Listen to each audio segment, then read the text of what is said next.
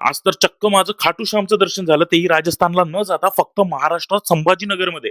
तुम्हाला वाटत असेल कसं शक्य आहे? हा व्हिडिओ शेवटपर्यंत पहा आणि सेव्ह करायला विसरू नका. तर नमस्कार मित्रांनो, मी चंद्रपूरचा रोशन इट्स रोशन ब्लॉग मध्ये तुमचं स्वागत आहे. आणि खास संभाजीनगर वासियांनो आणि महाराष्ट्र वासियांनो तुमच्यासाठी एक खूपच खास माहिती घेऊन आलो. प्रवासात ना सहज एका व्यक्तीकडून एवढंच ऐकलं होतं की संभाजीनगरमध्ये खाटू श्याम मंदिर आहे. तेव्हाच ठरवलं शोधायचं. आता सगळ्यात महत्वाचं, खाटू श्याम मंदिराचा अचूक पत्ता नीट लक्षात ठेवा.